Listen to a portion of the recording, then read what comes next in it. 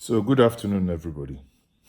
Today, I'm actually going to look at, just very briefly, at the case between GTBank and Innoson Motors.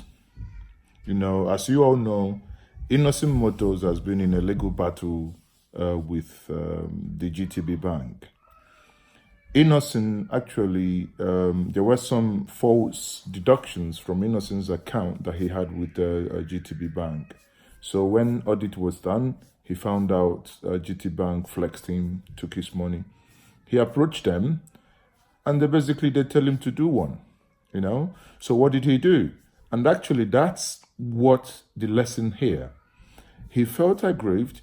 He saw things that were done wrong to him. He approached the court. It's taking time, but he's going to get justice, and he has got justice. And, you know,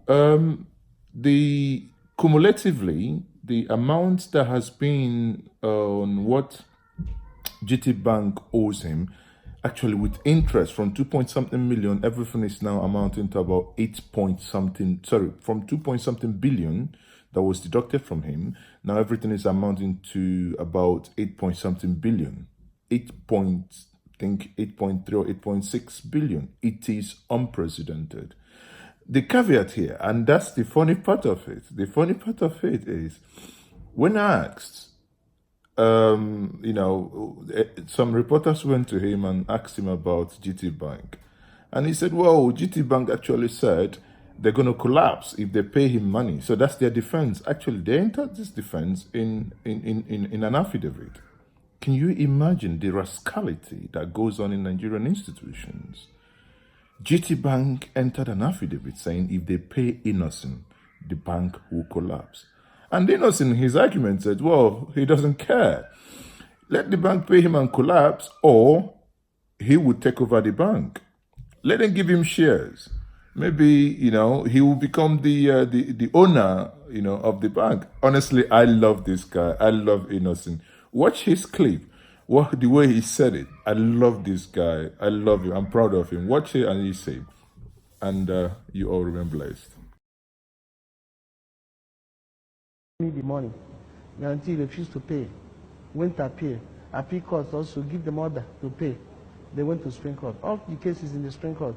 So with that, the Guaranty is owing me about 8 billion. So because of the owe me about 8 billion, they went to appeal court, tell the court that they swear affidavit submitted to the court said that if they pay me my 8 billion, they will collapse. You understand? Is it taking money, people money, that makes them to stand? They say that if they pay me the 8 billion, they will collapse. Then I don't believe that. Let them pay me my money. If they don't have the money to pay, let them give me a share of their bank.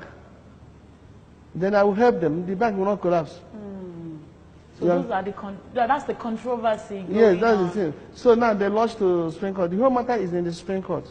But now, when they see if they're trying to forge so many things, say I